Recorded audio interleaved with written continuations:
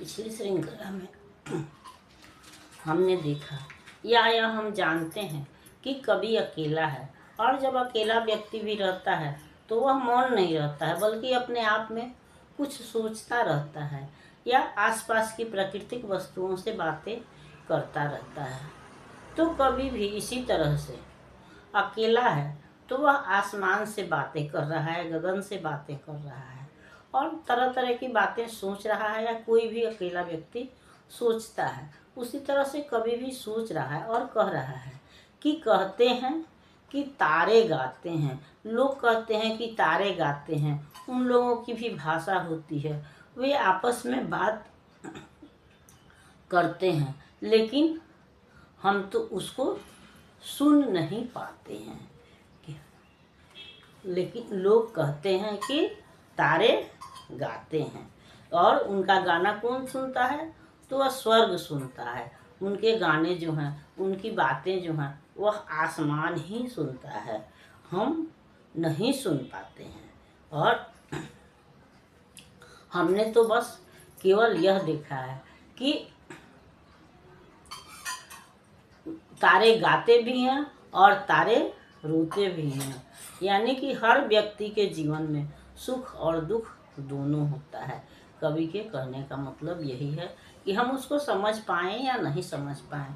और हम यह भी जानते हैं कि राग जो आवाज़ है वह ऊपर की ओर उठती है, और आंसू जो हैं वह नीचे आँखों से लुढ़कते हैं। तो कवि जो है वह ओस की बूंदों को, तारों का या आकाश का या प्रकृति का आंसू कह रहा है। वह कह रहा है कि हमने तो यह देखा है कि तारे जो हैं वह अब ओस के बहाने या ओस के रूप में आंसू गिराते हैं, और ऐसे भी सुख दुख दोनों है।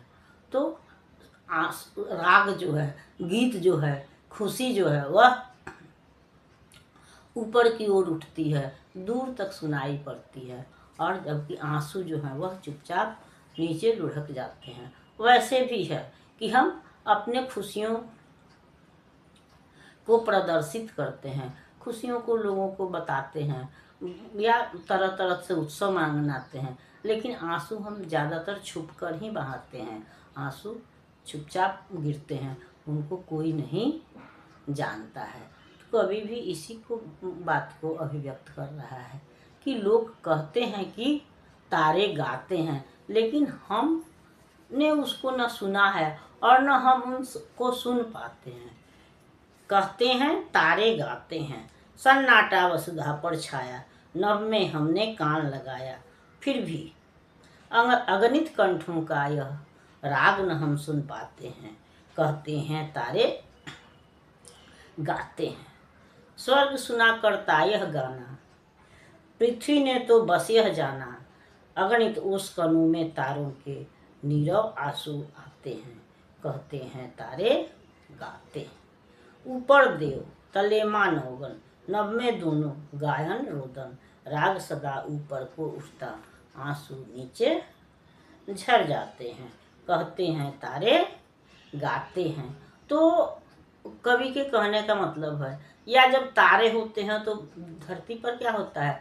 सन्नाटा होता है, रात होती है, सब कोई सोए रहते हैं। तो ऐसे तो जब कहीं भी गाने होंगे तो आवाज़ निकलेगी, लेकिन ऐसा तो होता नहीं है। हमने ध्यान लगाकर भी सुना। कवि के कहने का मतलब वही बात है कि दुनिया में सुख है, खुशी है, लेकिन हमें तो नहीं दिखाई दे रही है, हमें तो नहीं मिल रहा है। तो कहने का मतलब कवि का यही है कि तारे गाते हैं, तो फिर उनकी आवाज़, उनके राग सुनाई कहाँ पड़ रहे हैं? धरती पर तो सन्नाटा छाया हुआ है, सारे लोग सोए हुए हैं, और फिर यह आवाज़ तो हमारे पास तक आ नहीं पा रही है। फिर लोग जो कहते हैं कि यह तारे गाते हैं, फिर कैसे गाते हैं?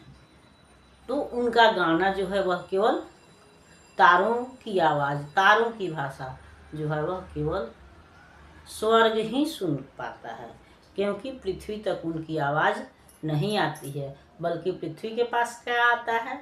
तो ओस के रूप में उनके आंसू। और ऐसे भी इसको दूसरे शब्दों में हम यह देख सकते हैं कि जो बड़े लोग हैं, जो हमारे पहुंच से ऊपर हैं, या कोई भी बड़ी बड़ी जो योजनाएं हैं वह ऊपर ही तक रहती हैं, वह नीचे लोगों के पास नहीं पहुंच पाती हैं। निचले जो तबके के लोग हैं, निचले वर्ग के लोग हैं, उनके पास तो केवल परेशानी ही आती है। तो हम इसको इस रूप में भी देख सकते हैं कि सुख जो है वह सदा, खुशियाँ जो है वह सदा ऊपर वाले लोगों के लिए होती हैं, उच्च वर्ग के लिए होती है। साधारण लोग तो दुखी ही होते हैं, परेशान ही होते हैं, या वे अपने जीविका में ही व्यस्त रहते हैं, जीविकोपार्जन में। तो इस तरह से भी हम इसको देख सकते हैं कि तारे गाते हैं, लेकिन साधारण मनुष्य या धरती पर उनकी आवाज़ नहीं पहुंचती है। धरती पर क्या पहुंचती है? उनके आंसू पहुंचते हैं ओस के रूप में।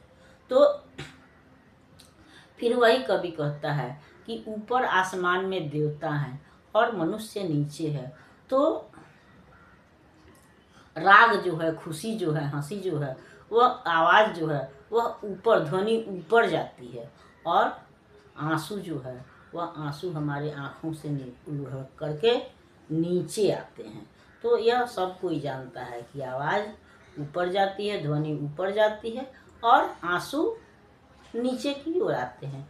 इस तरह से हम वही कह सकते हैं कि सुविधाएं जो हैं, सुख जो हैं, वह ऊपर या उच्च वर्ग के जो लोग हैं उनके पास, ऊंची पहुंच वाले लोग, ऊंचे वर्ग क्या, ऊंची पहुंच वाले लोगों के पास है, और नीचे वालों के हिस्से में तो केवल परेशानी है। तो कवि ने और यह हम जान रहे हैं कि कवि अपनी वेदना की अभिव्यक्ति तो कर रहा है, लेकिन उसके साथ साथ वह सामयिक जो परिस्थितियां हैं उनका भी वर्णन करता चलता है, उनको भी अभिव्यक्त करता है या उनका समाधान करता है। अगली श्रृंखला में हम अगले गीत पर विचार करेंगे। तब तक यह श्रृंखला आपको पसंद आती है तो लाइक कीजिए, सब्सक्राइब कीजिए। मिलते हैं अगली श्रृंखला में, तब तक के लिए धन्यवाद।